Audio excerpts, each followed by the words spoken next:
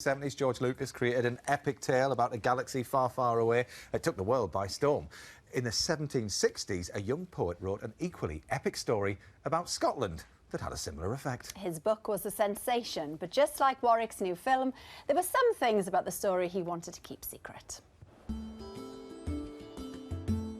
In the 18th century, many people dismissed Scotland as nothing more than wilderness and a cultural wasteland. But a young Scot named James Macpherson thought differently. He was a bit of an Indiana Jones, and in 1760 he went in search of ancient manuscripts and unknown tales to reveal the rich literary history of his homeland. And Macpherson struck gold. Deep in the Highlands, he found remnants of heroic stories about a king, Fingal, written by a mysterious poet called Ossian. When Macpherson told the Edinburgh intelligentsia of his discovery, they proclaimed it the literary find of the century and encouraged him to publish. Ossian's epic poems became international bestsellers. Macpherson had put his homeland in the spotlight. At Glasgow University, Professor Jerry Crothers lectures about the significance of this remarkable find. Macpherson is saying to the world, here are texts, the oldest texts we have in Scotland. These are texts that are as ancient as Greek texts and Roman texts. So Scotland suddenly is in the ballpark of classical culture.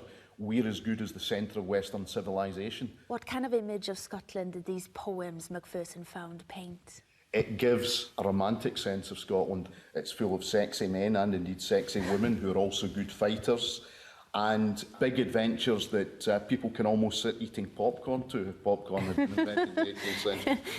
The manuscripts turned the image of the uncivilised Highlands on its head.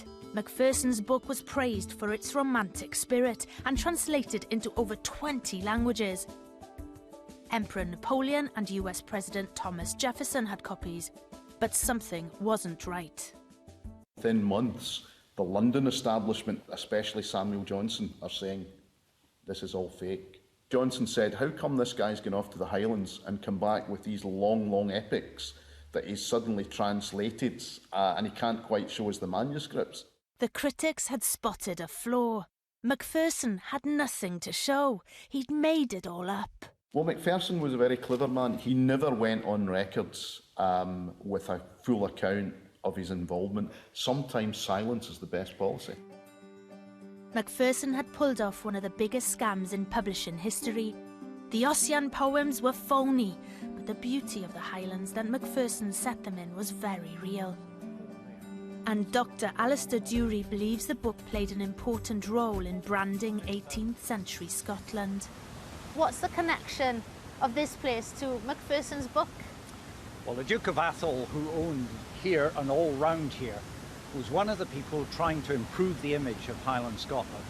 And he wanted to put this place on the map as a tourist destination. When Ossian comes along, he thinks, I'll convert that viewing point into an Ossian's Hall, and this will draw tourists north to this part of the world. And he was right. Ossian fans flocked to the Highlands in search of locations in the bogus book. Before long, Scottish landmarks became associated with characters in the poems. Most important is Fingal and Fingal's Cave and the island of Staffa. And we know as early as the 1770s, people are coming in considerable numbers to look at this cave. Now, as far as we know, there's no connection whatsoever. That didn't put off the early tourists to Scotland. When the composer Mendelssohn visited Fingal's Cave in 1829, it inspired his Hebridean overture. Others immortalised the Ossian legends in art. People think that tourism in Scotland began with Walter Scott, but actually Ossian is the first to put Scotland on the cultural map.